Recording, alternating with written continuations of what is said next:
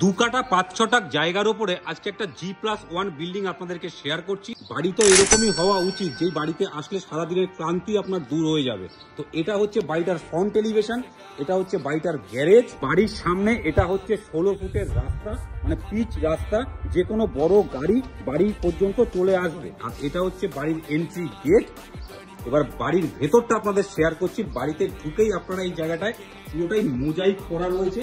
এই জায়গাটা আমরা ফুলের গার্ডেন করে রেখেছে। এখানে একটা তুলসী মণ্ডপ আপনারা পাচ্ছেন। আর বাড়ির ঠিক এই দিক থেকে যে ছাদটা দেওয়া রয়েছে, ৩ ফুট করে ছাদ দেওয়া আছে। বাড়ির ব্যাক সাইডে সাবমার্সেবল সমস্ত কিছু বসানো রয়েছে।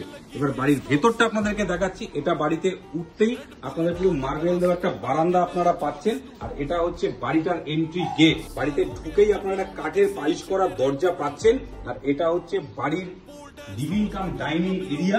লিভিং কাম ডাইনিং এরিয়াটা অনেকটাই স্পেসিয়াস জায়গা এবং পুরো বাড়িটাই মার্বেল ওয়াল পুট্টি সমস্তটাই কমপ্লিট করা আছে। এই জায়গাটায় আমাদের ফার্স্ট ফ্লোরে যাওয়া সিঁড়ির পাশে এটা হচ্ছে গাড়ির গ্যারেজ। একটা বিগ সাইজের গ্যারেজ রয়েছে, যে কোনো বড় গাড়ি আপনার এই গ্যারেজে